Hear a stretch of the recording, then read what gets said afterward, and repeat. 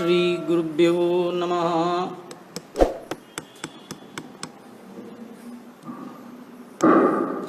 ಶ್ರೀ ಗುರುಭ್ಯೋ ನಮಃ.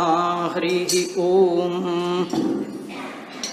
ಸೃಷ್ಟಿಸ್ಥಿತ್ಯಪ್ಯಯೇಹ ನಿಯತಿದೃಶಿತಮೋ ಬಂಧಮೋಕ್ಷಾಶ್ಚ ಯಸ್ಮಾತ್ ಅಸ್ಯ ಶ್ರೀ ಬ್ರಹ್ಮರುದ್ರ ಪ್ರಭೃತಿ ಸುರನರದ್ವೀಷ ಶತ್ರುತ್ಮಕಸ್ಯ ವಿಷ್ಣೋರ್ವ್ಯಸ್ತಾಃ ಸಮಸ್ತಾಃ ಸಕಲಗುಣನಿಧಿಃ ಸರ್ವದೋಷವ್ಯಪೇತಃ ಪೂರ್ಣಾನಂದೋ ವ್ಯಯೋ ಯೋ ಗುರುರಪಿ ಪರಮಶ್ಚಿಂತಯೇತಂ ಮಹಾಂತಂ. ಓಂ ಜನ್ಮಾದ್ಯಸ್ಯ ಯತೋನ್ವಯಾದಿತರತಶ್ಚಾರ್ಥೇಷ್ವವಿಘ್ನಸ್ವರಾಟ್ ತೇನೇ ಬ್ರಹ್ಮಹೃದಾಯಾದಿಕವಯೇ ಮುಹ್ಯಂತಿ ಯಂ ಸೂರಯಃ ತೇಜೋ ವಾರಿಮೃದಂ ಯಥಾ ವಿನಿಮಯೋ ಯತ್ರ ತ್ರಿಸರ್ಗೋ ಮೃಷಾ ಧಾಮ್ನಾ ಸ್ವೇನ ಸದಾ ನಿರಸ್ತಕುಹಕಂ ಸತ್ಯಂ ಪರಂ ಧೀಮಹಿ.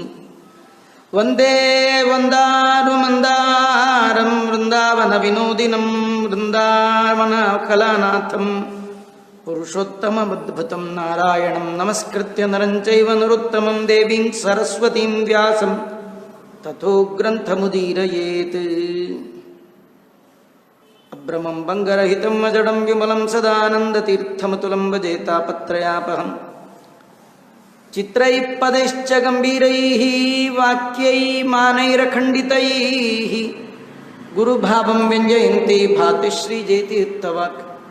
ಕಂಸಧ್ವಂಸಿ ಪದಾಂಬೋಜ ಸಂಸಕ್ತೋ ಹಂಸಪುಂಗವಃ ಬ್ರಹ್ಮಣ್ಯಗುರುರಾಜಾಖ್ಯೋ ವರ್ತತಾಂ ಮಮ ಮಾನಸೇ ತಂ ವಂದೇ ನರಸಿಂಹತೀರ್ಥನಿಲಯಂ ಶ್ರೀವ್ಯಾಸರಾಟ್ ಪೂಜಿತಂ ಧ್ಯಾಯಂತಂ ಮನಸಾ ನೃಸಿಂಹಚರಣಂ ಶ್ರೀಪಾದರಾಜಂ ಗುರುಂ ಅರ್ಥಕಲ್ಪಿತಕಲ್ಪೋಯಂ ಪ್ರತ್ಯರ್ಥಿಗಜಕೇಸರಿ ವ್ಯಾಸತೀರ್ಥಗುರುರ್ಭೂಯಾತ್ ಅಸ್ಮದಿಷ್ಟಾರ್ಥಸಿದ್ಧಯೇ. ತಪೋ ವಿದ್ಯಾವಿರಕ್ತ್ಯಾದಿ ಸದ್ಗುಣೌಘಾಕರಾನಹಂ ವಾದಿರಾಜಗುರುನ್ ವಂದೇ ಹಯಗ್ರೀವಪದಾಶ್ರಯಾನ್. ಮೂಕೋಪಿ ಯತ್ಪ್ರಸಾದೇನ ಮುಕುಂದಶಯನಾಯತೆ ರಾಜರಾಜಾಯತೆ ರಿಕ್ತೋ ಸಿದ್ಧ್ಯಂತಿ ಚ ಮನೋರಥಾಃ. ತಪಸ್ವಾಧ್ಯಾಯ ಶುಶ್ರೂಷಾ ಕೃಷ್ಣ ಪೂಜಾರತಂ ಮುನಿಂ ವಿಶ್ವೇಶಂ ಇಷ್ಟದಂ ವಂದೇ ಪರಿವ್ರಾಟ್ ಚಕ್ರವರ್ತಿನಂ.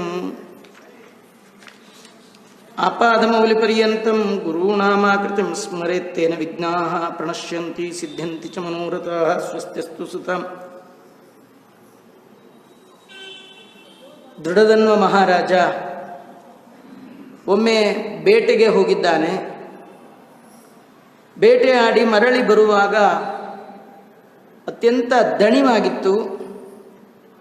ಅಲ್ಲೇ ಕಂಡಂತಹ ಒಂದು ಸರೋವರ, ಆ ಸರೋವರದಲ್ಲಿ ನೀರನ್ನು ಕುಡಿದು ಅಲ್ಲೇ ಇರುವ ಒಂದು ಮರದ ನೆರಳಿನಲ್ಲಿ ವಿಶ್ರಾಂತಿ ತೆಗೆದುಕೊಳ್ತಾ ಇದ್ದಾನೆ. ಆ ಸಂದರ್ಭದಲ್ಲಿ ಅಲ್ಲಿಗೆ ಒಂದು ಗಿಣಿ ಆ ಮರದಲ್ಲಿ ಕುಳಿತು ಈ ರಾಜನನ್ನು ನೋಡಿ ಒಂದು ಶ್ಲೋಕ ಹೇಳ್ತಾ ಇದೆ. ವಿದ್ಯಮಾನ ತುಲಾ ಸುಖಂ ಆಲೋಕ್ಯಾತೀವ ಭೂತಲೆ ನ ಚಿಂತಯಸಿ ತತ್ವಂ ತ್ವಂ ತತ್ಕಥಂ ಪಾರಮೇಷ್ಯಸಿ. ಭೂಮಿಯ ಮೇಲೆ ಸಿಗುವ ಸುಖದಲ್ಲಿಯೇ ಮೈ ಮರೆತು ಬಿಟ್ಟಿದ್ದೀಯಾ. ಭಗವಂತನ ಚಿಂತನೆ ನಿನಗೆ ಬರ್ತಾನೇ ಇಲ್ಲ. ಹಾಗಾಗಿ ಈ ಸಂಸಾರದಿಂದ ನೀನು ಹೇಗೆ ಉದ್ಧಾರ ಆಗ್ತೀಯ ಅಂತ ಅದು ಶ್ಲೋಕ ರೂಪವಾಗಿ ಈ ರಾಜನನ್ನು ನೋಡಿ ಹೇಳ್ತಾ ಇದೆ. ಅದು ಒಂದ್ಸತಿ ಹೇಳಿದ್ದಲ್ಲ, ವಾರಂ ವಾರವಿದಂ ಪದ್ಯಂ ಪಪಾಟ ನೃಪತೆ ಪುರಃ. ಮತ್ತೆ ಮತ್ತೆ ಆ ರಾಜನ ಮುಂದೆ ಬರೋದು, ಆ ಶ್ಲೋಕವನ್ನು ಹೇಳೋದು, ಅಲ್ಲಿ ಹಾರಿ ಹೋಗೋದು, ಹೀಗೆ ಮಾಡ್ತಾ ಇದೆ. ಇದನ್ನು ನೋಡಿ ಆ ರಾಜನಿಗೆ ಆಶ್ಚರ್ಯ ಆಯಿತು. ಕಿಂವಾನಾಯಂ ಭವೇತ್ ಕೃಷ್ಣ ದ್ವೈಪಾಯನ ಸುತಃಪರ. ಇದು ಯಾವ ಗಿಳಿ ಇದು? ಪರೀಕ್ಷಿತ ರಾಜನನ್ನು ಉದ್ಧಾರ ಮಾಡಲಿಕ್ಕೆ ಬಂದಂತಹ ಶುಕ ಮುನಿಗಳಂತೆ ನನ್ನನ್ನು ಉದ್ಧಾರ ಮಾಡಲಿಕ್ಕೆ ಬಂದಿದೆಯೋ ಏನೋ ಅಂತ ಚಿಂತೆ ಮಾಡ್ತಾ ಇದ್ದಾನೆ. ಹಾಗೆ ವಿಚಾರ ಮಾಡ್ತಾ ಮನೆಗೆ ಬಂದ. ಅದೇ ಚಿಂತೆ ತಲೆ ಒಳಗೆ, ಆ ಗಿಣಿ ಏನು ಹೇಳಿತ್ತೋ ಅದರದೇ ಚಿಂತೆ. ಯಾಕಿದು ಹೀಗೆ ಹೇಳೋಯ್ತು, ನಾನು ಏನು ಮಾಡಬೇಕು ಅಂತ ಬಹಳ ಚಿಂತೆಯಲ್ಲಿ ಮುಳುಗಿಬಿಟ್ಟಿದ್ದಾನೆ. ಅವ ಹೆಂಡತಿಯಾದ ಗುಣಸುಂದರಿ ಕೇಳಿದ್ದಾಳೆ, ಯಾಕೋ ನಿಮ್ಮ ಮುಖ ತುಂಬ ಚಿಂತಾಕ್ರಾಂತವಾಗಿದೆ, ಏನು ಹೇಳಲೇ ಇಲ್ಲ. ಆ ಸಂದರ್ಭದಲ್ಲಿ ಆ ರಾಜನ ಮನೆಗೆ ವಾಲ್ಮೀಕಿ ಮಹರ್ಷಿಗಳು ಬಂದಿದ್ದಾರಂತೆ. ಮನೆಗೆ ಯಾರಾದರೂ ದೊಡ್ಡವರು ಬರ್ತಾರೆ ಅಂದರೆ ಅದು ಜನ್ಮಾಂತರದ ಪುಣ್ಯ ಅಂತ ವರ್ಣನೆ ಮಾಡ್ತಾ ಇದ್ದಾರೆ. ಅವರನ್ನು ಪ್ರಶ್ನೆ ಮಾಡ್ತಾ ಇದ್ದಾನೆ. ಅವರಿಗೆ ಸ್ವಾಗತವನ್ನು ಕೋರಿದ ರಾಜ ಕುಶಲ ಪ್ರಶ್ನೆಯನ್ನು ಮಾಡಿದ. ಅವರು ಬಂದಾಗ ರಾಜ ವಾಲ್ಮೀಕಿ ಮಹರ್ಷಿಗಳಲ್ಲಿ ಆ ಗಿಣಿ ತನ್ನ ಮುಂದೆ ಏನು ಹೇಳಿದೆ ಆ ವಿಷಯವನ್ನು ಹೇಳ್ತಾ ಇದ್ದಾನೆ. ಮತ್ತೆ ಕೇಳ್ತಾ ಇದ್ದಾನೆ, ನನ್ನ ಯಾವ ಜನ್ಮದ ಪುಣ್ಯದಿಂದಾಗಿ ಇಷ್ಟು ಸುಖವಾಗಿ ನಾ ಇದ್ದೇನೆ, ಸುಖದ ಮಧ್ಯದಲ್ಲಿ ಆ ಗಿಣಿ ಹೇಳಿದ ಮಾತಿಗೆ ಏನರ್ಥ, ದಯಮಾಡಿ ನನಗೆ ಉತ್ತರಿಸಿ ಅಂತ ಜ್ಞಾನಿಗಳಾದ ಯಾರು ರಾಮಾಯಣವನ್ನು ರಚನೆ ಮಾಡಿದ್ದಾರೋ ಅಂತ ಮಹರ್ಷಿಗಳು ವಾಲ್ಮೀಕಿಗಳಿಂದ ಈ ದೃಢಧನ್ವ ಮಹಾರಾಜ ಕೇಳ್ತಾ ಇದ್ದಾನೆ. ಒಂದು ಕ್ಷಣ ಕಾಲ ವಾಲ್ಮೀಕಿ ಮಹರ್ಷಿಗಳು ಧ್ಯಾನ ಮಾಡಿದ್ದಾರೆ, ಅಂತರ್ಮುಖಿಗಳಾಗಿದ್ದಾರೆ. ಸಾಮಾನ್ಯವಾಗಿ ಯಾರ ಬಗ್ಗೆ ಆದರೂ ಜ್ಞಾನಿಗಳು ಒಂದು ಕ್ಷಣ ವಿಚಾರ ಮಾಡಿದ್ರೆ ಸಾಕು, ಅವರ ಜನ್ಮಾಂತರ ಕೂಡ ಅವರಿಗೆ ತಿಳಿದು ಹೋಗುತ್ತೆ. ನಾವೆಲ್ಲ ಇತಿಹಾಸದಲ್ಲಿ ಕೇಳ್ತೇವೆ, ಗೋಪಾಲ್ ದಾಸರು 3 ಜನ್ಮಗಳ ಇತಿಹಾಸವನ್ನು ತಂಬಳಿ ಜ್ಯೋತಿಷ್ಯಕ್ಕೆ ಬಂದವರಿಗೆ ಹೇಳೋರು. ಹಿಂದೆ ಏನಾಗಿದ್ರಿ, ಅದ್ರ ಹಿಂದೆ ಏನಾಗಿದ್ರಿ. ವಿಜಯದಾಸರು 7 ಜನ್ಮಗಳಿಗೂ ಹಿಂದೆ ಹೋಗಿ ಹೇಳ್ತಿದ್ರಂತೆ. ಅಂದರೆ ಜ್ಞಾನಿಗಳು ಹೀಗೆ ಯಾರದೇ ಮುಖ ನೋಡಿದ್ರೆ ಸಾಕು, ಅವರ ಜನ್ಮದ ಯೋಗ್ಯತೆ ಅವರ ಎಲ್ಲವೂ ಕೂಡ ಅವರ ಅರಿವಿಗೆ ಬರುವಂಥದ್ದು. ಹೀಗಾಗಿ ವಾಲ್ಮೀಕಿ ಮಹರ್ಷಿಗಳು ಕ್ಷಣಕಾಲ ಅಂತರ್ಮುಖಿಗಳಾಗಿ ತತ್ಕ್ಷಣ ರಾಜನಿಗೆ ಉತ್ತರವನ್ನು ಕೊಡ್ತಾ ಇದ್ದಾರೆ. ಅಪ್ಪ ರಾಜ, ನೀನು ಜನ್ಮಾಂತರದಲ್ಲಿ ತಾಮ್ರಪರ್ಣಿ ನದಿ ಅಂತ ಆ ತೀರದಲ್ಲಿ ವಾಸ ಮಾಡುವ ಒಬ್ಬ ಬ್ರಾಹ್ಮಣ, ದ್ರವಿಡ ದೇಶದಲ್ಲಿ ನೀನು ಹುಟ್ಟಿದವ. ಆ ಬ್ರಾಹ್ಮಣ ಜನ್ಮದಲ್ಲಿ ನಿನಗೆ ಸುದೇವ ಅಂತ ಹೆಸರಿತ್ತು. ನೀನು ಎಂತಹ ಬ್ರಾಹ್ಮಣ ಅಂದರೆ ಒಳ್ಳೆ ಸತ್ಯವಾದಿ, ಯಾವಾಗಲೂ ಸತ್ಯವಾದ ಮಾತನ್ನೇ ಆಡುವವ, ಸುಳ್ಳಾಡಿದ್ದೇ ಇಲ್ಲ, ಇಡೀ ಜನ್ಮದ ಒಳಗೆ ಸುಳ್ಳಾಡಿದ್ದಿಲ್ಲ. ಮತ್ತೆ ಅತ್ಯಂತ ಧಾರ್ಮಿಕ. ಈ ಎಲ್ಲದಕ್ಕಿಂತಲೂ ಕೂಡ ಹೆಚ್ಚಾಗಿ ಆ ಬ್ರಾಹ್ಮಣನಲ್ಲಿದ್ದ ದೊಡ್ಡ ಗುಣ ಯಾವುದು ಅಂದರೆ ಯದೃಚ್ಛಾ ಲಾಭ ಸಂತುಷ್ಟತ. ಬ್ರಾಹ್ಮಣರ ತೇಜಸ್ಸು ವೃದ್ಧಿ ಆಗೋದು ಯಾವಾಗ ಅಂದರೆ ದೇವರು ಕೊಟ್ಟದ್ರಲ್ಲಿ ತೃಪ್ತಿ ಪಡಬೇಕಂತೆ. ಅದು ಆ ಬ್ರಾಹ್ಮಣನಿಗಿತ್ತು. ಯಥಾ ಲಾಭೇನ ತೋಷವಾನ್, ಏನು ಯಾವ ಕಾಲಕ್ಕೆ ಭಗವಂತ ಏನು ಕೊಡ್ತಾನೋ ಅಷ್ಟರೊಳಗೇನೆ ತೃಪ್ತಿಯ ಬದುಕು. ಜೊತೆಗೆ ವೇದಾಧ್ಯಯನ ಸಂಪನ್ನ, ವಿಷ್ಣು ಭಕ್ತಿ ಪರಾಯಣ, ಒಳ್ಳೆ ವೇದಾಂತವನ್ನು ಅಧ್ಯಯನ ಮಾಡಿದ ಮಹಾನುಭಾವನಾಗಿದ್ದಿ. ಾದಿಯಾಗ ಇಚ್ಛಾ ತೋಷಯಾಮಾಸ ತಂಹರಿಂ. ಪ್ರತಿನಿತ್ಯ ಬ್ರಾಹ್ಮಣರಿಗೆ ವಿಹಿತವಾದ ಕರ್ಮ 6 ಕರ್ಮ ಮಾಡಿದರೆ ಅವನು ಬ್ರಾಹ್ಮಣ ಅಂತ. 6 ಕರ್ಮ ನಾವು ಮಾಡೋ ಒಂದೊಂದು ಪ್ರಾರಬ್ಧ ಕರ್ಮದಂತೆ ಮಾಡ್ತಿರ್ತೀವಿ. ನಮಗೆ 6 ಕರ್ಮ ಅಂದರೆ ಯಜನ, ಯಾಜನ, ಅಧ್ಯಯನ, ಅಧ್ಯಾಪನ, ದಾನ, ಪ್ರತಿಗ್ರಹ 6 ಮಾಡಬೇಕಂತ. ಷಟ್ಕರ್ಮ ಮಾಡಬೇಕು, ಆಮೇಲೆ ವೈಷ್ಣವ ನೆನಬೇಕು. ಷಟ್ಕರ್ಮ ಮಾಡಬೇಕು. ನಾವು ವೈಷ್ಣವರಾಗಬೇಕಾದ್ರೆ 6 ಕರ್ಮ ಮಾಡಿ ಆಮೇಲೆ ನಾವು ವೈಷ್ಣವರು ಅಂತ ಹೇಳಬೇಕಂತೆ. ಇವನು ಯಜ್ಞ ಯಾಗಾದಿಗಳನ್ನು ಮಾಡ್ತಾ ಭಗವಂತನ ಆರಾಧನೆ ಮಾಡಿದ. ಅಂದರೆ ದಿನ ಹೋಮ ಮಾಡ್ತಿದ್ನ ಅಂತ ಕೇಳಬಾರ್ದು. ಯಜ್ಞ ಅಂದರೆ ಮಾಡುವ ಎಲ್ಲ ಕರ್ಮಗಳನ್ನು ಯಜ್ಞಾನುಸಂಧಾನವಾಗಿ ಮಾಡ್ತಿದ್ದ. ಯಜ್ಞ ಅಂದರೆ ಯಜ ಪೂಜಾಯಾಮ್ ಅಂತ. ಮಾಡುವ ಎಲ್ಲ ಕರ್ಮಗಳು ಕೂಡ ಭಗವಂತ ನೀನು ಪ್ರೀತನಾಗುವಂತ ದೇವರ ಪ್ರೀತಿಗಾಗಿ ಸಕಲ ಕರ್ಮಗಳನ್ನು ಮಾಡಿದರೆ ಅದೇ ನಿಜವಾದ ಯಜ್ಞ. ಮತ್ತೆ ಬೇರೆ ಯಜ್ಞ ಅಂತ ಇಲ್ಲ. ನೀವು ವರ್ಣ ಆಶ್ರಮಕ್ಕೆ ಶಾಸ್ತ್ರದಲ್ಲಿ ಯಾವುದನ್ನ ವಿಹಿತ ಅಂತ ಹೇಳಿದೆಯೋ ಆ ಕರ್ಮಗಳನ್ನೇ ಯಾವುದೇ ಕಾಮನೆ ಇಲ್ಲದೆ, ನಾನು ಮಾಡ್ತಾ ಇದ್ದೇನೆ ಎನ್ನುವ ಅಹಂಕಾರ ಇಲ್ಲದೆ ಭಗವಂತ ನೀನು ಪ್ರೀತನಾಗುವಂತ ಮಾಡಿಬಿಟ್ರೆ, ಆ ಸುದೇವ ಬ್ರಾಹ್ಮಣನಿಗೆ ಹೆಂಡತಿ ಆ ಕಾಲದಲ್ಲಿ ಜನ್ಮಾಂತರದಲ್ಲಿ ಗೌತಮಿ ಅಂತ, ಅವಳ ಹೆಸರು ಗೌತಮರ ಮಗಳಂತೆ, ಗೌತಮಿ ಅಂತ. ಇಷ್ಟು ಒಳ್ಳೆ ಹೆಣ್ಣು ಮಗಳು ಅಂದರೆ ಬಹಳ ಅನುರೂಪ ದಂಪತಿಗಳು, ಸಹಧರ್ಮಿಣಿ ಸಹಚಾರಿಣಿ ಆ ಹೆಂಡತಿ.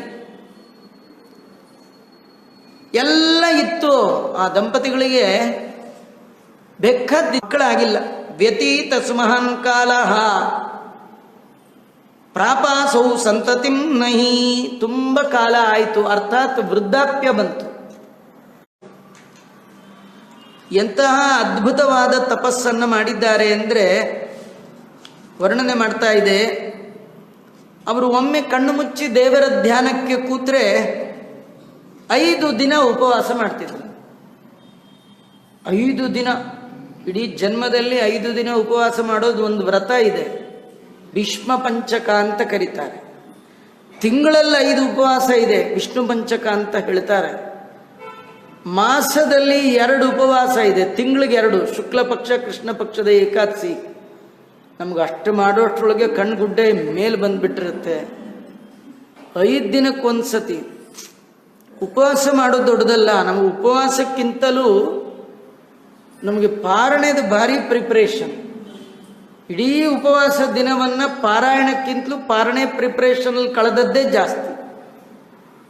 ಇಲ್ಲಿ ನೋಡಿ, ಉಪವಾಸದ ಕತೆ ಇದೆ, ಮುಂದಿನ ಕತೆ ತುಂಬ ಚೆನ್ನಾಗಿದೆ. ಅವರು 5 ದಿನ ಉಪವಾಸ ಮಾಡ್ತಿದ್ರಂತೆ. 5 ದಿನ ಉಪವಾಸ ಆದಮೇಲೆ 6ನೇ ದಿನ ಪಾರಣೆ ಅಂತಿಲ್ಲ.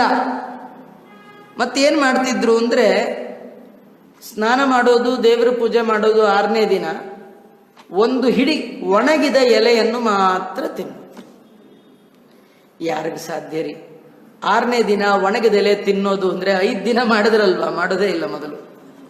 5 ದಿನ ಉಪವಾಸ ಮಾಡಿ ಸತ್ಸಂತಾನಕ್ಕೋಸ್ಕರವಾಗಿ ಭಗವಂತ ನೀನು ಪ್ರೀತನಾಗುವಂತ ಎಲ್ಲ ಭೋಗ ಭಾಗ್ಯಗಳನ್ನು ಬದಿಗೊತ್ತಿ ಆ ವೃದ್ಧರಾದಂತಹ ದಂಪತಿಗಳು ಒಣಗಿದ ಎಲೆ, ಸ್ವಲ್ಪ ನೀರು ಹೀಗೆ ಸ್ವೀಕಾರ ಮಾಡಿದ್ದಾರೆ.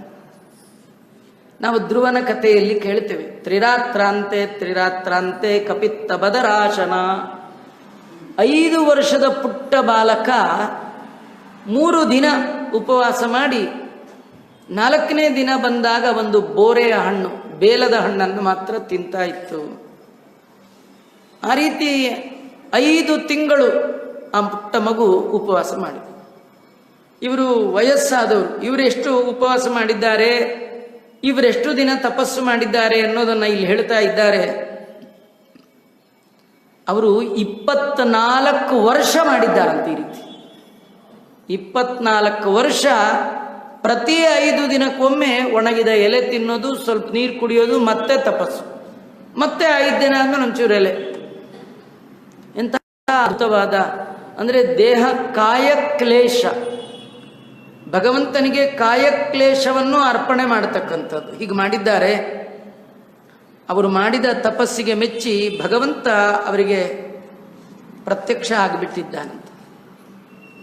ಗರುಡಾರೂಢನಾಗಿ ಭಗವಂತ ಅವರಿಗೆ ದರ್ಶನ ಕೊಟ್ಟಿದ್ದಾನೆ.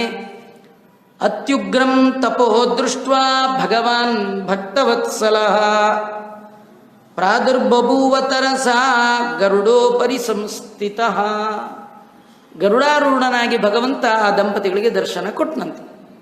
ನಮ್ಗೆ ಈ ಕಥೆ ಕೇಳುವಾಗ ಅನಿಸೋದು, ಅಲ್ಲ, ದೇವರು ದರ್ಶನ ಕೊಡೋದು ನಿಶ್ಚಯ ಆಗಿದ್ರೆ 24 ವರ್ಷ ಈ ಬ್ರಾಹ್ಮಣರನ್ನ ಯಾಕೆ ಗೋಳು ಹಾಕೋಬೇಕು?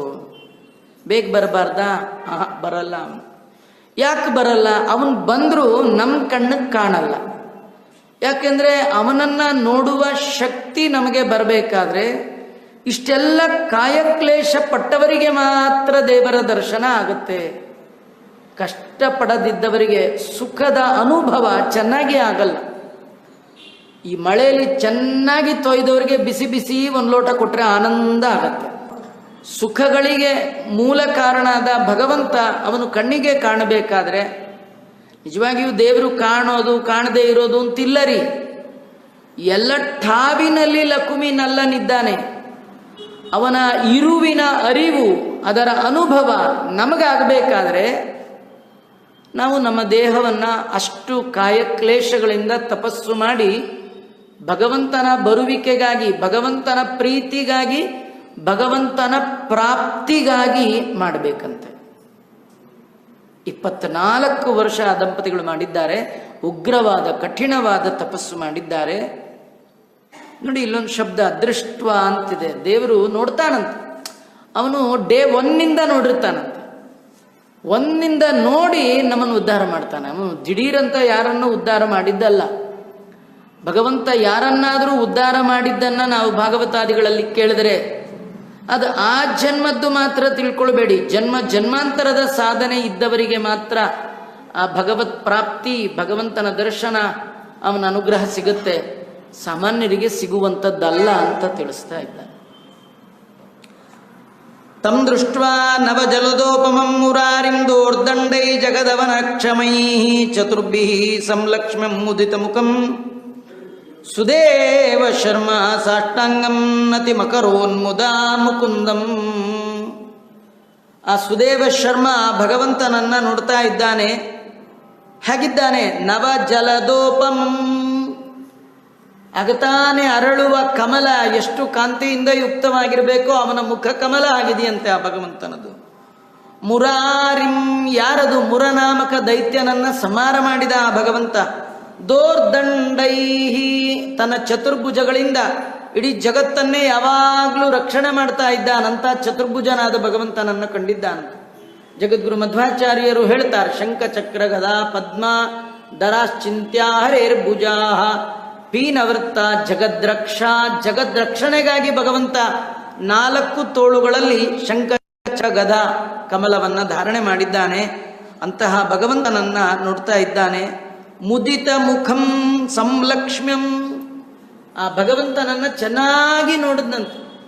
ನೋಡಿದಾಗ ಏನಾಯ್ತಂದ್ರೆ ಅವನಿಗೆ ಮುಖ ಅರಳುತ್ತಂತೆ. ಮುದಿತ ಮುಖಂ, ಯಾವಾಗಲೂ ಹಾಗಾಗಬೇಕಂತೆ. ದೇವರನ್ನ ನೋಡಿದಾಗ ಮುಖ ಅರಳಬೇಕಂತೆ. ನಮಗೆ ಮನೇಲಿ ಗಂಟು ಮುಖ ಇರುತ್ತೆ, ಅದು ಪರ್ಮನೆಂಟ್ ಆಗ್ಬಿಟ್ಟಿರುತ್ತೆ. ದೇವ್ರ ಹತ್ರ ಹೋದ್ರು ಹೀಗೆ ಗಂಟು ಹಾಕೊಂಡು ನೋಡ್ತಿರ್ತೀವಿ ದೇವ್ರನ್ನ. ದೇವ್ರು ನೋಡಿದ್ರು ಹಾಗೆ, ಆಚಾರ ನೋಡಿದ್ರು ಹಾಗೆ, ಯಾರು ನೋಡಿದ್ರು ಹಾಗೆ ಗಂಟು. ಆದರೆ ದೇವರು ನೋಡಿದ್ರೆ ನಮ್ಮ ಮುಖದ ಗಂಟೆಲ್ಲ ಸಡಿಲ ಆಗ್ಬಿಡುತ್ತಂತೆ. ಇವನು ಮುದಿತ ಮುಖ ಮರಳಿದೆಯಂತೆ. ಇದು ಭಾಗವತದಲ್ಲಿ ಒಂದು ಕಡೆ ಬರುತ್ತೆ. ಧ್ರುವ ಮಹಾರಾಜ ಕಾಡಿಗೆ ಹೋಗುವಾಗ ಅವ್ರ ತಾಯಿ ಹೇಳ್ತಾಳೆ, ನೀನು ಕಾಡಿಗೆ ಹೋಗ್ತಾ ಇದೀಯಾ, ದೇವರು ನೋಡ್ಲಿಕ್ಕೆ ಹೋಗ್ತಿದೀಯಾ? ದೇವ್ರ ದರ್ಶನ ಕೊಟ್ರೆ ಇವನೇ ದೇವರು ಅಂತ ಐಡೆಂಟಿಫೈ ಹೇಗೆ ಮಾಡ್ತೀಯಾ? ನೋಡಿ, ಅವರ ಅಮ್ಮನೂ ನೋಡಿಲ್ಲ, ಆದರೆ ಮಗನಿಗೆ ಹೇಳ್ತಾಳೆ, ಯಾರನ್ನ ನೋಡಿದ್ರೆ ಮೈ ಮನಸ್ಸು ಮಾತು ಅರಳತ್ತೋ ಅವನೇ ದೇವರು ಅಂತ. ನಮ್ಗೆ ಅರಳೋದೇ ಇಲ್ಲ ರೀ. ಯಾರು ನೋಡಿದ್ರು ಮುಖ ಕೆಟ್ಟದಾಗ್ಬಿಡುತ್ತೆ. ಯಾಕಂದ್ರೆ ನೋಡಿ ಸಾಕಾಗಿರುತ್ತೆ. ದಿನ ಬೆಳಗಾದ್ರೆ ಅದೇ ಮುಖ ಅಲ್ಲ. ಆದರೆ ಭಗವಂತನ ಮುಖ ಹಾಗೆ ಯಾರಿಗೂ ನೋಡ್ಲಿಕ್ಕೆ ಸಾಧ್ಯವೇ ಇಲ್ಲ. ಮನೋನಯನ ವರ್ಧನಂ ಅಂತ ಹೇಳ್ತಾಳೆ. ಯಾರನ್ನ ನೋಡಿದಾಗ ಮನಸ್ಸು ಅರಳತ್ತೋ ಕಣ್ಣು ಅರಳತ್ತೋ ಅವನೇ ದೇವರು ಅಂತ. ಹಾಗಾಗಿ ಗರುಡಾರೂಢನಾಗಿ ಬಂದ ಭಗವಂತನನ್ನ ಕಂಡಂತ ಸುದೇವ ಶರ್ಮ ಮುಖ ಕಮಲ ಅರಳುಬಿಟ್ಟಿದೆ. ಸಾಷ್ಟಾಂಗಂ ನತಿ ಅಕರೋನ್ಮುದಾ ಮುಕುಂದಂ, ಸಂತೋಷದಿಂದ ಯಾವಾಗಲೂ ದೇವರಿಗೆ ನಮಸ್ಕಾರ ಮಾಡ್ಬೇಕಾದ್ರೆ ಹೇಗೆ ಮಾಡಬೇಕು ಅಂತ ತೋರಿಸ್ತಾ ಇದ್ದಾರೆ. ದೇವರಿಗೆ ನಮಸ್ಕಾರ ಮಾಡುವಾಗ ಮುಖ ಅರಳಿರಬೇಕು, ಆಮೇಲೆ 8 ಅಂಗಗಳಿಂದ ಕೂಡಿರಬೇಕು, ಸಂತೋಷವಾಗಿ ದೇವರು ನಮಸ್ಕಾರ ಮಾಡಬೇಕಂತೆ. ಕೆಲವರು ಸಂತೋಷವಾಗಿ ಮಾಡಲ್ಲ, ಎಣಿಸ್ಕೊಂಡು ಮಾಡ್ತಿರ್ತಾರೆ. 5 ಅಂತ ಫಿಕ್ಸ್ ಆಗಿರ್ತಾರೆ.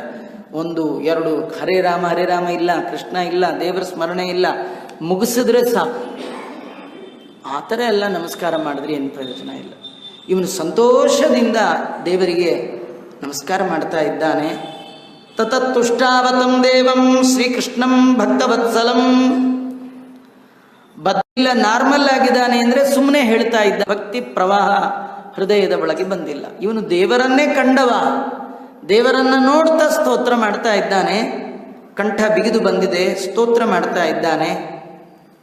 ನಮಸ್ತೆ ದೇವದೇವೇಶ ತ್ರೈಲೋಕ್ಯ ಭಯದ ಪ್ರಭೋ ಸರ್ವೇಶ್ವರ ನಮಸ್ತೆಸ್ತು ತ್ವಾಮಹಂ ಶರಣಂಗತಃ ಪಾಹಿ ಮಾಂ ಪರಮೇಶಾನ ಶರಣಾಗತ ವತ್ಸಲ ಜಗದ್ವಂದ್ಯ ನಮಸ್ತೆಸ್ತು ಪ್ರಪನ್ನ ಭಯಭಂಜನ. ಎಂಥ ಅದ್ಭುತವಾದ ಸ್ತೋತ್ರ. ದೇವದೇವೇಶ, ದೇವತ್ವದಲ್ಲಿ ನೋಡೆ ದಿವಿಜರೊಡೆಯ ನೀನು ಅಂತ ನಿನಗೆ ನಮಸ್ಕಾರ. ತ್ರೈಲೋಕ್ಯಾಂ ಅಭಯದ ಪ್ರಭು, 3 ಲೋಕದ ಪ್ರಭು, 3 ಲೋಕದ ಚೇತನ ಪ್ರಪಂಚಕ್ಕೆ ಅಭಯವನ್ನ ನೀಡುವಂತಹ ಪ್ರಭು ನೀನು. ಜಗತ್ತಿನ ಒಡೆಯ ಸರ್ವೇಶ್ವರ ಅಂತಹ ನಿನ್ನಲ್ಲಿ ನಾನು ಶರಣು ಬಂದಿದ್ದೇನೆ. ಯಾರು ಶರಣು ಬರ್ತಾರೆ ಅವರಲ್ಲಿ ವಾತ್ಸಲ್ಯ ತೋರುವವ ನೀನು. ಶರಣಾಗತರ ಭಯವನ್ನು ಪರಿಹಾರ ಮಾಡುವವ ನೀನು. ಇಡೀ ಜಗತ್ತಿಗೆ ಆಧಾರ ನೀನು. ಈ ಜಗದ ಒಳಗೆ ತುಂಬೆಲ್ಲ ತುಂಬಿದವ ನೀನು. ಈ ಜಗತ್ತಿಗೆ ಕಾರಣನಾದವ ನೀನು. ವಿಶ್ವೈಕ ರಕ್ಷಕಂ, ಇಡೀ ವಿಶ್ವ ಮುಖ್ಯ ರಕ್ಷಣೆ ಮಾಡುವವ ನೀನು. ನಿನ್ನನ್ನು ಬಿಟ್ಟು ಜಗತ್ತು ಯಾರನ್ನೂ ನಂಬಿಲ್ಲ, ನೀನೇ ಮುಖ್ಯ. ಹೀಗೆಲ್ಲ ಅನೇಕ ರೀತಿಯಿಂದ ಸ್ತೋತ್ರ ಮಾಡ್ತಾ ಕೃಷ್ಣಂ ವಿಷ್ಣುಂ ವಾಸುದೇವಂ ವಂದೇಹಂ ದೀನವತ್ಸಲಂ. ನೀನೇ ಕೃಷ್ಣ, ನೀನೇ ವಿಷ್ಣು, ನೀನೇ ಮೋಕ್ಷಪ್ರದನಾದ ವಾಸುದೇವ. ಹೀಗೆಲ್ಲ ಅನೇಕ ರೀತಿಯಿಂದ ಸ್ತೋತ್ರ ಮಾಡಿದ್ದಾನೆ. ಸ್ತೋತ್ರ ಮಾಡಿದಾಗ ಭಗವಂತ ಕೇಳ್ತಾ ಇದ್ದಾನೆ, ಅಪ್ಪ ಒಳ್ಳೆ ತಪಸ್ಸು ಮಾಡಿದ್ದೀಯ, ಕಿಮಿಚ್ಛಸಿ ಮಹಾಪ್ರಾಜ್ಞ, ಯಾಕಪ್ಪ ಮಾಡದೆ ತಪಸ್ಸು, ಏನು ಬೇಕೋ ನಿನಗೆ? ನೋಡಿ ಕಥೆ ಏನು ಗೊತ್ತಾ, ಎಲ್ಲ ಬಲ್ಲ ಭಗವಂತನಿಗೆ ಇವನು ಬೇಕು ಗೊತ್ತಿಲ್ಲ, ಗೊತ್ತಿದೆ. ಕೇಳ್ತಾ ನಿಮ್ಗೇನು ಬೇಕು ಅಂತ. ನೀನು ಏನು ಕೇಳ್ತೀಯೋ ಕೊಡ್ತೀನಪ್ಪ ಅಂತ. ಇನ್ನೊಂದು ಕಥೆ ಏನಂದ್ರೆ, ಇವನು ಕೇಳಲಿಕ್ಕಾಗಿ ತಪಸ್ಸು ಮಾಡಿದಾನೋ ನನ್ನ ಪ್ರೀತಿಗಾಗಿ ತಪಸ್ಸು ಮಾಡ್ತಾ ಇದ್ದಾನೋ ಗೊತ್ತಾ. ನೋಡಿ, ಭಗವಂತನ ಏಕಾಂತ ಭಕ್ತರು ಮಾತ್ರ ಭಗವಂತನಲ್ಲಿ ಏನನ್ನೂ ಬೇಡಲ್ಲ. ಅದು ವಾಯುದೇವರು, ವಾಯುದೇವರ ವಿಶೇಷ ಸನ್ನಿಧಾನಕ್ಕೆ ಪಾತ್ರರಾದ ಪ್ರಹ್ಲಾದರಾಜರು, ವ್ಯಾಸರಾಜರು, ಮಂತ್ರಾಲಯ ಪ್ರಭುಗಳಂತ ಮಹಾನುಭಾವರು ಮಾತ್ರ ದೇವರು ಬಂದು ಏನು ಬೇಕು ಅಂತ ಕೇಳಿದಾಗಲೂ ನಿನ್ನನ್ನು ಏನು ಬೇಡದ ಹಾಗೆ ವರ ಕೊಡು ಅಂತ ಕೇಳಿದವರು. ನಾವೆಲ್ಲ ಹಾಗೆ ಕೇಳುವ ಯೋಗ್ಯತೆ ಇಲ್ಲ, ಅವ್ರ ಜೊತೆಗೆಲ್ಲ ಕಂಪೇರ್ ಮಾಡ್ಕೊಳ್ಳಿಕ್ಕೆ ಬರೋದೂ ಇಲ್ಲ. ನಾವೆಲ್ಲ ಕೇಳೋರೆ. ಆದರೆ ಏನು ಕೇಳಬೇಕು? ಕೇಳಿದ್ರೆ ದೇವರನ್ನೇ ಕೇಳಬೇಕು. ಹೇಗೆ ಕೇಳಬೇಕು? ಏನು ಕೇಳಬೇಕು? ಅದು ಕೇಳ್ತಾ ಇದ್ದಾನೆ ಭಗವಂತ. ಏನು ಬೇಕು ಹೇಳು? ಸುದೇವ ಶರ್ಮ ಬ್ರಾಹ್ಮಣ ಅಂತ ಇದ್ದಾನೆ, ಸ್ವಾಮಿ ಏತಾದೃಶಂ ಮಹತ್ಕರ್ಮ ನಕೇನಾಪಿ ಕೃತಂ ಪುರ.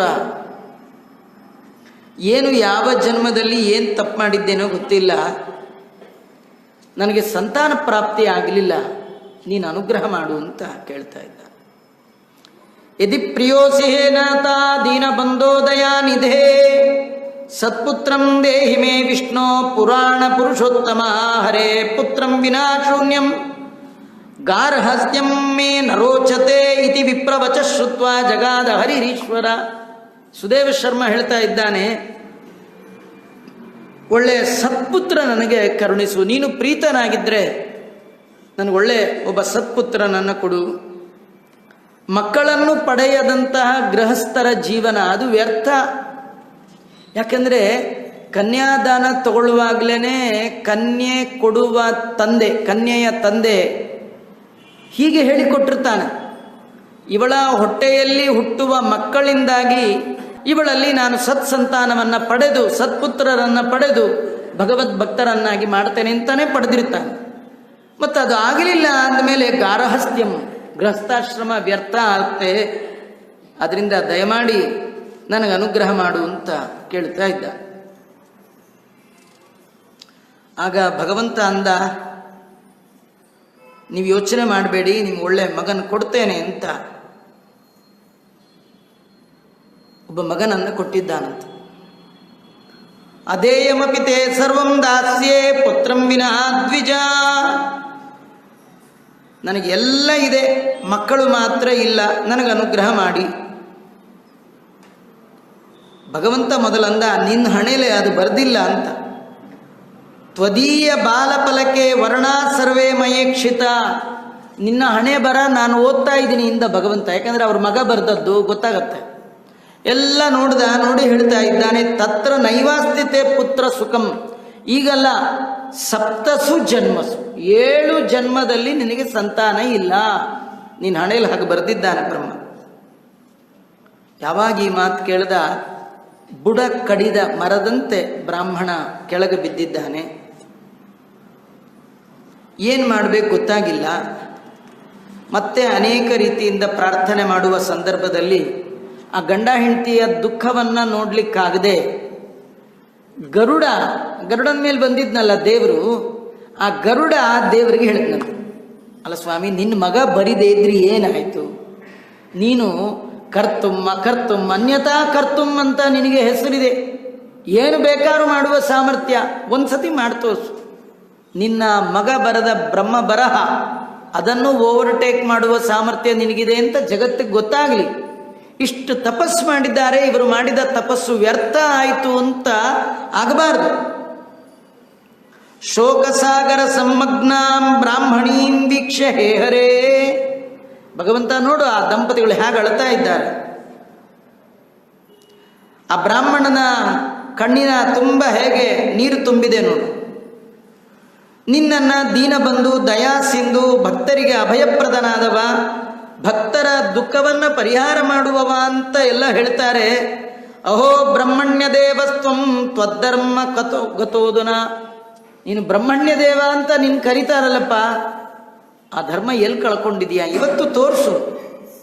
ತದ್ಭಕ್ತಸ್ಯ ಚತುರ್ಥಾಪಿ ಮುಕ್ತಿ ಕರತಲೆ ಸ್ಥಿತ. ಅಹೋ ತಥಾಪಿ ನಿಚ್ಛಂತಿ ವಿಹಾಯ ಭಕ್ತಿ ಮುತ್ತಮಾಂ.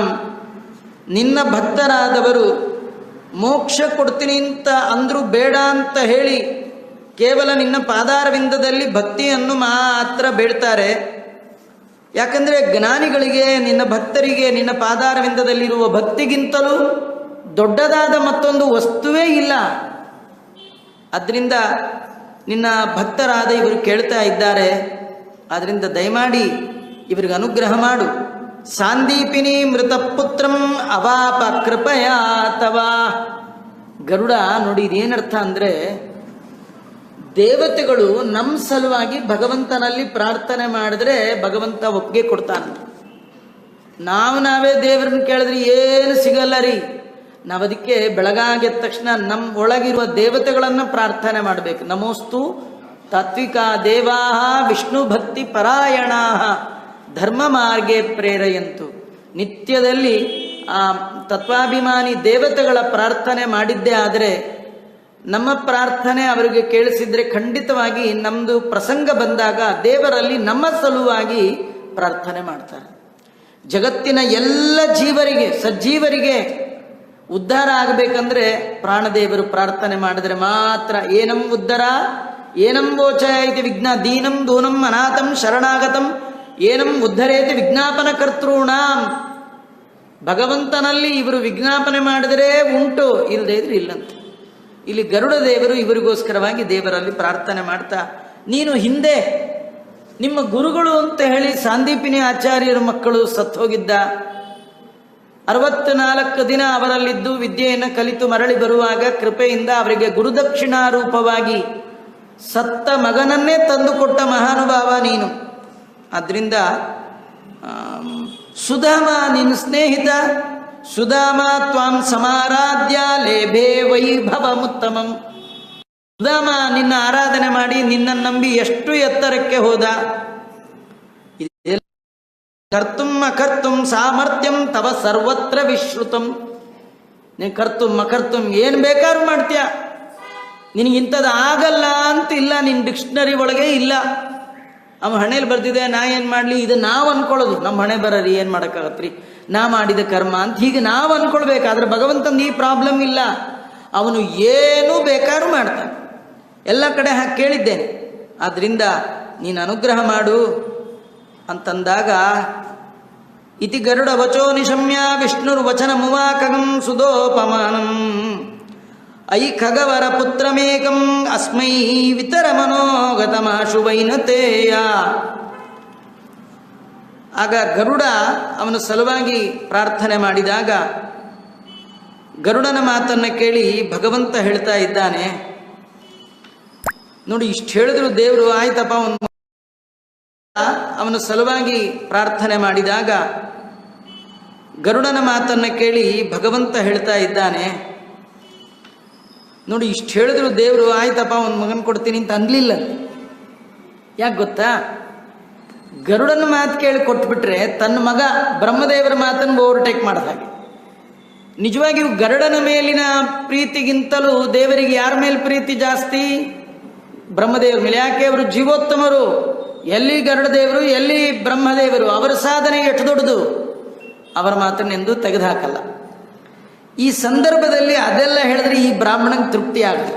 ನೋಡಿ, ಬ್ರಾಹ್ಮಣಂಗೂ ಸಂತೋಷ ಆಗಬೇಕು, ಗರುಡನಿಗೂ ಖುಷಿ ಆಗಬೇಕು. ದೇವ್ರದೆಲ್ಲ ಹೀಗೆ. ಈ ನಮ್ಮಲ್ಲಿ ತೆಲಗಲ್ಲಿ ಒಂದು ಗಾದೆ, ಅಂದ್ರಿಕಿ ಮಂಚವಾಳು ಅಂತಾರಲ್ಲ, ಅವನು ವೀಡೆ. ಸಜ್ಜನರಿಗೆಲ್ಲ ಇವನೇ ಮಂಚವಾಡು, ಇವನಿಗಿಂತ ಮಂಚವಾಡು ಜಗತ್ತಲ್ಲೇ ಸಿಗಲ್ಲ. ಅದಕ್ಕೆ ಗರುಡನಿಗೆ ದೇವರು ಹೇಳಿದ್ನಂತೆ, ಇಷ್ಟೆಲ್ಲ ಹೇಳೋ ಬದಲು ಗರುಡ ನೀನೇ ಒಂದು ಮಗುವನ್ನು ಕೊಡು ಅಂತ. ಇದರರ್ಥ ಭಗವಂತನ ಭಕ್ತರಿಗೂ ಕೂಡ ಅನುಗ್ರಹ ಮಾಡುವ ಸಾಮರ್ಥ್ಯ ಇದೆ. ಇವತ್ತು ನಮಗೆ ಮಂತ್ರಾಲಯ ಪ್ರಭುಗಳು ರಾಯರು ಅಗಾದ್ರಿ ಸಂಭೇದನ ದೃಷ್ಟಿವಜ್ರ ಸಂತಾನ ಸಂಪತ್ ಪರಿಶುದ್ಧ ಭಕ್ತಿ ವಿಜ್ಞಾನ ವಾಗ್ದೇಹ ಸುಪಾಠವಾದೀನ್ ಇವೇ ಮೊದಲಾದದ್ದು ಕೊಟ್ಟು ಸಮಸ್ತ ದೋಷಾನ್, ದೇಹದಲ್ಲಿ ಬರಬಹುದಾದ ಎಲ್ಲ ರೋಗ ರುಜಿನಗಳನ್ನು ಪರಿಹಾರ ಮಾಡುವಂಥ ಸಾಮರ್ಥ್ಯ. ಕೇವಲ ಕೈಯಲ್ಲಿ ಸ್ವಲ್ಪ ನೀರನ್ನು ಇಟ್ಕೊಂಡು ಯಪ್ಪಿಬೇಜಲ ಮೇತೇನ ಸ್ತೋತ್ರೇಣೈವಾಭಿಮಂತ್ರಿತಂ ತಸ್ಯ ಕುಕ್ಷಿಗತಃ ದೋಷಾಃ ಸರ್ವೇ ನಶ್ಯಂತಿ ತತ್ಕ್ಷಣಾತ್ ಅಂತ. ಇಷ್ಟು ಸಾಮರ್ಥ್ಯ ಅವ್ರಿಗಲ್ಲ, ಅವರ ನಾಮಕ್ಕೆ, ಅವರನ್ನು ಕೊಂಡಾಡುವ ಸ್ತೋತ್ರಕ್ಕೆ ಇದೆ ಎಂದ ಮೇಲೆ ಇನ್ನು ಅವರಿಗೆಲ್ಲ ಇಷ್ಟು ಬಂತು ಅಂದರೆ ಎಲ್ಲಿಂದ ಬಂತು ಅಂದರೆ ಅವರಂತಾರೆ ಹರಿಪಾದ ಕಂಜ ನಿಷೇವಣ ಲಬ್ಧ ಸಮಸ್ತ ಸಂಪತ್ತು. ಅದೇ ಹರಿಯ ಪಾದವನ್ನು ಭುಜದಲ್ಲಿ ಹೊತ್ತು ತಿರುಗುವ ಗರುಡ, ಅವನಿಗೂ ಸಮಸ್ತ ಸಂಪತ್ತಿದೆ, ನೀನೇ ಕೊಡುವರ ಅಂದರು. ಭಗವಂತ ಗರುಡನಿಗೆ ಆಜ್ಞೆ ಮಾಡ್ತಾ ಇದ್ದಾನೆ, ಐ ಖಗವರ ಪುತ್ರಂ ಏಕಂ ಅಸ್ಮೈ ವಿತರ, ಅವರಿಗೆ ನೀನೇ ಒಂದು ಪುತ್ರ ಸಂತಾನವನ್ನು ಕೊಡು ಅಂದಾಗ ಇತಿ ಹರಿವಚನಂ ನಿಜಾನುಕೂಲಂ ಜುಟ ನಿಶಮ್ಯ ಖಗೋತಿ ಸಹೃಷ್ಟಚೇತಾ. ಸಂತೋಷ ಆಯಿತು ಗರುಡನಿಗೂ ಕೂಡ. ಗರುಡ ಏನು ಮಾಡಿದ್ದಾನೆ, ಅವನಿಗೆ ಹೇಳ್ತಾ ಇದ್ದಾನೆ, ಸುದೇವ ನೀ ಯೋಚನೆ ಮಾಡಬೇಡ, ಭಗವಂತ ಆಜ್ಞೆ ಕೊಟ್ಟಿದ್ದಾನೆ. ನೋಡಿ, ಇದು ಕೇಳೋ ಬದಲು ಮೊದಲೇ ಗರುಡ ಭಗವಂತ ಕೊಡದೇ ಇದ್ರೇನಪ್ಪ ನಾ ಕೊಡ್ತೀನಿ ಹೋಗು ಅಂತ ಅನ್ಬೋದಿತ್ತು, ಅಂದಿಲ್ಲ. ಅನ್ನೋ ಹಾಗಿಲ್ಲ, ದೇವರು ಹೇಳಿದ್ರೆ ಎಲ್ಲರೂ. ಇದರರ್ಥ ಇನ್ನೊಂದೇನೆಂದರೆ, ಯಾವುದೇ ದೇವತೆ ನಮಗೆ ವರ ಕೊಡಬೇಕಾದ್ರೂ ಒಳಗೆ ನಿಂತು ನಿಜವಾಗಿ ಕೊಡಿಸೋನು ಯಾರು? ಭಗವಂತ ಕೊಟ್ಟರೆ ಗಣಪತಿ ಕೊಡ್ತಾನೆ, ಭಗವಂತ ಕೊಟ್ಟರೆ ಶಿವ ಕೊಡ್ತಾನೆ. ಇಲ್ದಿರ ಮತ್ತೆ ಯಾರಿಗೂ ಕೂಡ ಸ್ವತಂತ್ರವಾಗಿ ಕೊಡುವ, ಕೊಟ್ಟದ್ದನ್ನು ತೆಗೆಯುವ ಸಾಮರ್ಥ್ಯ ಸ್ವತಂತ್ರವಾಗಿ ಯಾರಿಗೂ ಇಲ್ಲ ಅನ್ನೋದು ಕೂಡ ಈ ಕಥೆಯಲ್ಲಿ ಗೊತ್ತಾಗ್ತಾ ಇದೆ. ಗರುಡ ಅಂತ ಇದ್ದಾನೆ, ಯೋಚನೆ ಮಾಡಬೇಡ, ನಿನಗೊಬ್ಬ ಮಗ ಆಗ್ತಾ ಇದ್ದಾನೆ, ಅನುರೂಪನಾದ ಮಗ ಆಗ್ತಾ ಇದ್ದಾನೆ ಅಂತ ಅನುಗ್ರಹ ಮಾಡ್ತಾ ಇದ್ದಾರೆ. ವಾಲ್ಮೀಕಿ ಮಹರ್ಷಿಗಳು ದೃಢಧನ್ವನಿಗೆ ಜನ್ಮಾಂತರದಲ್ಲಿ ಅವನೇನಾಗಿದ್ದ ಅನ್ನುವ ಕಥೆಯನ್ನು ವರ್ಣನೆ ಮಾಡ್ತಾ ಇದ್ದಾರೆ.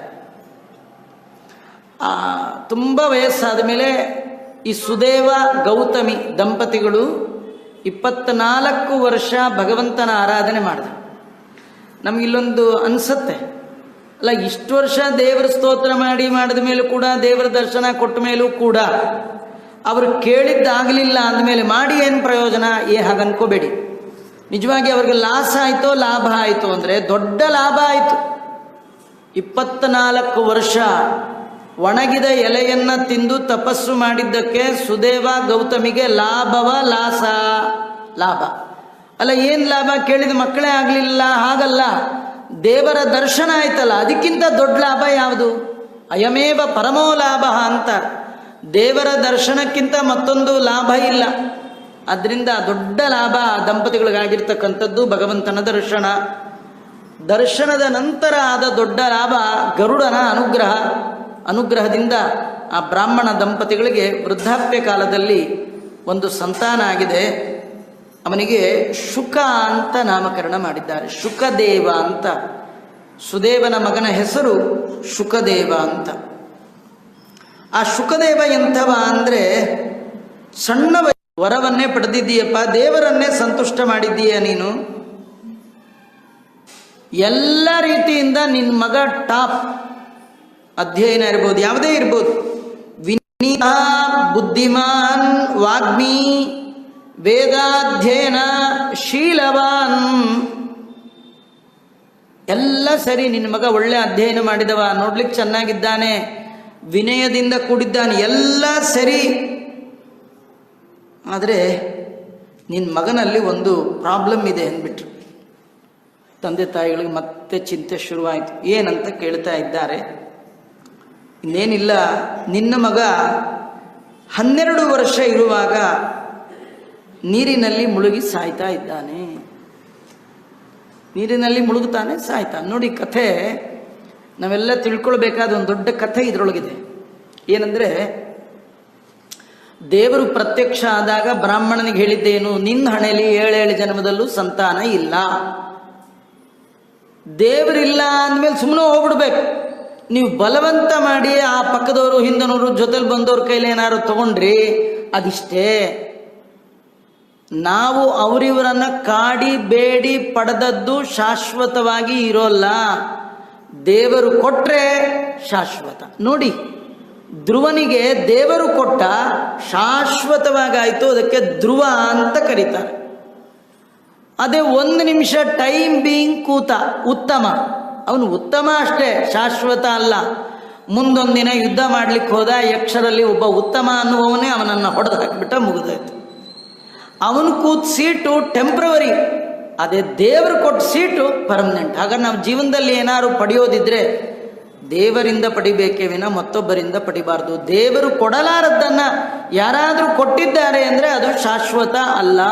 ಇದು ಬಹಳ ಮುಖ್ಯವಾದ ಕಥೆಯನ್ನು ಈ ಬೇರೆ ಬೇರೆ ಮಾಸ ಮಹಿಮೆಗಳಲ್ಲಿ ನಾವು ನಮ್ಮ ದೈನಂದಿನ ಜೀವನದಲ್ಲಿ ಉಪಯೋಗಕ್ಕೆ ಬರುವಂತಹ ಸಂದೇಶಗಳನ್ನು ವ್ಯಾಸರು ಇಲ್ಲಿ ತಿಳಿಸ್ಕೊಡ್ತಾ ಇದ್ದಾರೆ. ಯದ್ಯಪಿ ಗರುಡ ದೊಡ್ಡ ದೇವತೆ, ಆದರೂ ಭಗವಂತನಿಗೆ ಸಮಾನರಾಗಿ ಯಾರಿಲ್ಲ. ಲಕ್ಷ್ಮೀಕಾಂತ ಸಮಂತತೋಪಿ ಕಲಯನ್ನೈವೇಶಿತುಸ್ತೆ ಸಮಂ ಪಶ್ಯಾಮ್ಯುತ್ತಮ ವಸ್ತು ದೂರ ತರತೋ ಅಪಾಸ್ತಂ ರಸೋಯೋಷ್ಟಮ. ಭಗವಂತನಿಗೆ ಸಮ ಆಗಲಿ, ಭಗವಂತನಿಗೆ ಅಧಿಕರಾಗಲಿ ಯಾರೂ ಇಲ್ಲ.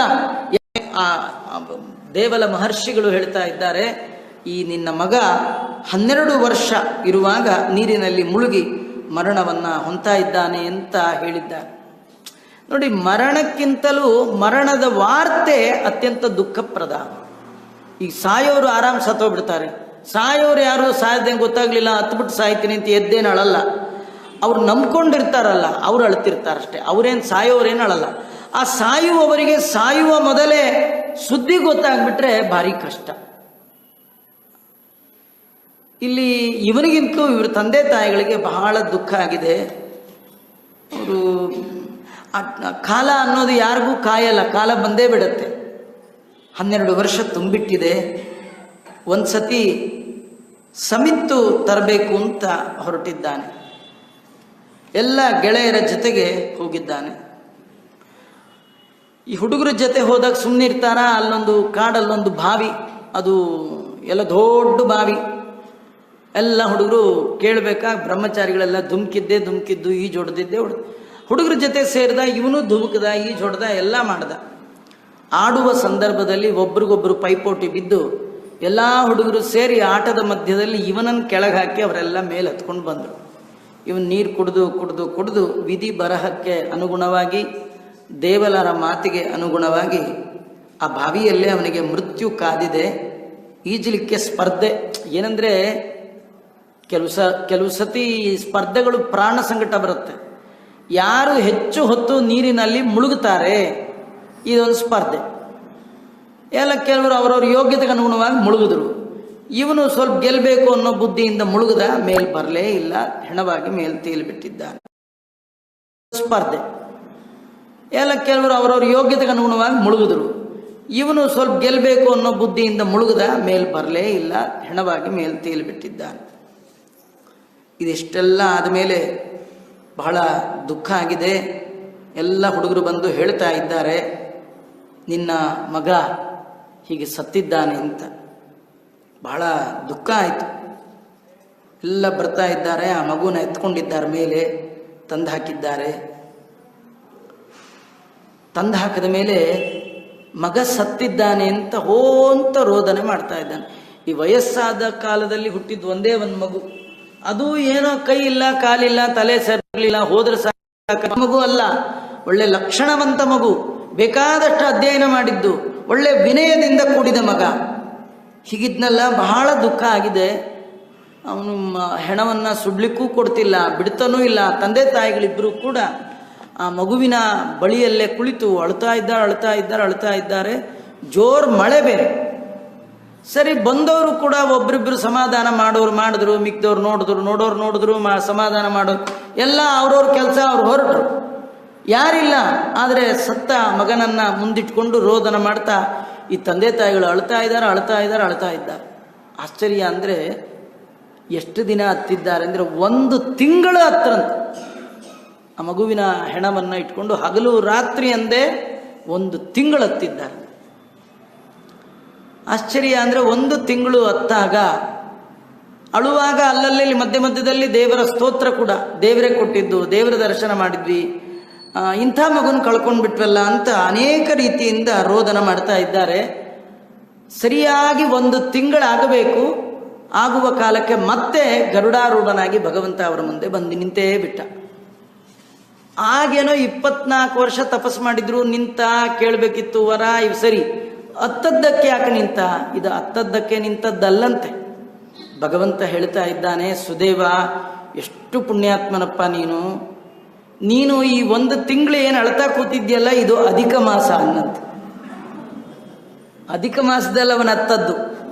ಒಳ್ಳೇದು ಹೇಳಿದ್ರಿ ಆಚಾರ್ಯ, ನಾವು ಏನೂ ವ್ರತ ಮಾಡೋಕ್ಕಾಗಿಲ್ಲ, ಇದೇ ಒಂದು ಮಾಡ್ತೀವಿ. ಇದು ಅಳೋದು ವ್ರತ ಅಲ್ಲ. ಅವನು 1 ತಿಂಗಳು ಉಪವಾಸ ಮಾಡಿದ. ಮಗನ ಅಳುವಿನಲ್ಲಿ ಮಗನ ಹಣ ಇಟ್ಕೊಂಡು ಎಲ್ಲ ಅನ್ನ ಸೇರತ್ರಿ, ಊಟ ಮಾಡಲಿಲ್ಲ. ಜೊತೆಗೆ ನಿರಂತರ ಸ್ನಾನ, ವಾರುಣ ಸ್ನಾನ ಅಂತ, ಮಳೆ ನೀರಲ್ಲೇ ಎದ್ದೇ ಹೋಗಿಲ್ಲ. ನಿನ್ನ ಅಧಿಕ ಮಾಸದ ಈ ಸ್ನಾನ, ಈ ಉಪವಾಸಕ್ಕೆ ಮೆಚ್ಚಿ ನಿನ್ನ ಮುಂದೆ ಬಂದಿದ್ದೇನೆ ಅಂತ ದೇವರು ನೋಡಿ. ಅವ್ರಿಗೆ ಗೊತ್ತಿಲ್ಲದ ಹಾಗೆ ಅಧಿಕ ಮಾಸ ಕಳೆದೋಯ್ತು. ಸೇಮ್ ನಮ್ಮದು ಹಾಗೆ. ನಮ್ಗೆ ಅಧಿಕ ಮಾಸ ಬರೋದು ಗೊತ್ತಾಗಲ್ಲ, ನಮ್ಗೆ ಯಾವುದು ಅಧಿಕ ಏನಿಲ್ಲ ಗೊತ್ತೇ ಏನು ಗೊತ್ತಾಗಲ್ಲ. ಏನೋ ನಮ್ಮದು ನಿಮ್ಮದು ಪುಣ್ಯ, ಕಾಲೋನಿ ಮಠ ಅಕ್ಕಪಕ್ಕ ಅಥವಾ ನಿಮ್ಮ ಪಕ್ಕ ಯಾವ್ದಾದ್ರು ಮಠ ಇದ್ದರೆ ಅಲ್ಲಿ ಅಧಿಕ ಮಾಸ ಅಂತ ಬಂದರೆ ನಿಮ್ಮ ಕಿವಿಗೂ ಬಿದ್ದಿದ್ರೆ ಏನೋ ಗೊತ್ತಾದರೂ ಇಲ್ಲದೆ ಯಾರಿಗೆ ಗೊತ್ತಾಗತ್ತೆ? ಊರಲ್ಲಿರೋರಿಗೆಲ್ಲ ಅಧಿಕ ಮಾಸದ ಮಹಿಮಾ ಗೊತ್ತಿದೆಯಾ? ಬರ್ತಾರ? ಗೊತ್ತಿಲ್ಲದೆ ಈ ರಾಜನೂ ಕಳೆದ, ಗೊತ್ತಿಲ್ಲದೆ ನಾವು ಕಳಿತೀವಿ.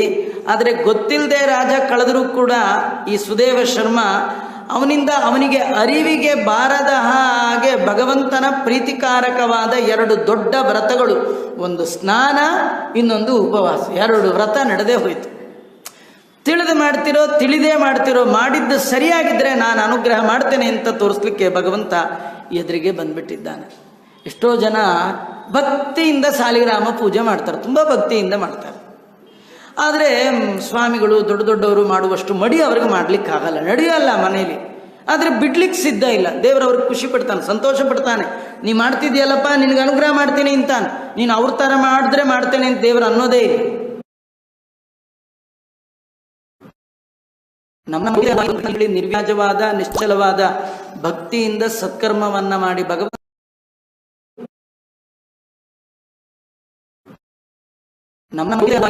ನಿರ್ವ್ಯಾಜವಾದ ನಿಶ್ಚಲವಾದ ಭಕ್ತಿಯಿಂದ ಸತ್ಕರ್ಮವನ್ನ ಮಾಡಿ ಭಗವಂತನಿಗೆ ಅರ್ಪಣೆ ಮಾಡಿದ್ರೆ ಭಗವಂತ ಸ್ವೀಕಾರ ಮಾಡ್ತಾನೆ, ಅನುಗ್ರಹ ಮಾಡ್ತಾನೆ ಅನ್ಲಿಕ್ಕೆ ಇದೊಂದು ಸಾಕ್ಷಿಯ ಕತೆ. ಭಗವಂತ ಹೇಳ್ತಾನೆ, ಇದು ಪುರುಷೋತ್ತಮ ಮಾಸ. ಈ ಪುರುಷೋತ್ತಮ ಮಾಸಕ್ಕೆ ನಾನೇ ಅಭಿಮಾನಿಯಾಗಿದ್ದೇನೆ. ನೀನು ನನ್ನ ಈ ಮಾಸದಲ್ಲಿ ಇಂತಹ ಅದ್ಭುತವಾದ ಉಪವಾಸ ವ್ರತ ಮತ್ತು ಸ್ನಾನ ಎರಡು ಮಾಡಿದ್ದಕ್ಕೆ ನಿನ್ನ ಮುಂದೆ ಪ್ರತ್ಯಕ್ಷನಾಗಿ ಬಂದಿದ್ದೇನೆ. ಈಗ ಕೇಳು, ನೀನು ಏನು ಕೇಳಿದ್ರೆ ಕೊಟ್ಟು ಬಿಡ್ತೀನಿ ಇಂದ. ಅವನಂದ, ಮಗನ ಕಡೆ ಹಿಂಗೆ ಕೈ ತೋರಿಸ್ದ. ಆಗ ಭಗವಂತ ಅಂತ ಇದ್ದಾನೆ, ನೀ ಏನು ಯೋಚನೆ ಮಾಡಬೇಡ, ಇವನಿಗೆ ನಾನು ಆಯುಷ್ಯ ಕೊಡ್ತಾ ಇದ್ದೀನಿ. ನೋಡಿ, ಮಗನ ಇವನು ಕೊಟ್ಟಿದ್ದಲ್ಲ, ಮಗನಿಗೆ ಆಯುಷ್ಯ ಕೊಟ್ಟ. ಹೇಳ್ತಾ ಇದ್ದಾನೆ, ನಿನ್ನ ಮಗ 12,000 ವರ್ಷ ಕಾಲ ಬದುಕಲಿ. ಸತ್ತ ಮಗ ಎದ್ದು ಕೂತ. ಸತ್ತವರು ಎದ್ದು ಕತೆ ಎಲ್ಲರ ಕೇಳಿದಿರ, ಇಲ್ಲಿ ಎದ್ದು ಕೂತ. ಇದು ಕನಸು ಸ್ವಪ್ನ ಗಿಪ್ನ ಅಲ್ಲ, ಪ್ರತ್ಯಕ್ಷವಾಗಿ ನಡೆದದ್ದು. ಭಗವಂತ ಇಂಥ ಕೆಲಸಗಳೆಲ್ಲ ದೇವರೇ ಮಾಡ್ಲಿಕ್ಕೆ ಸಾಧ್ಯ.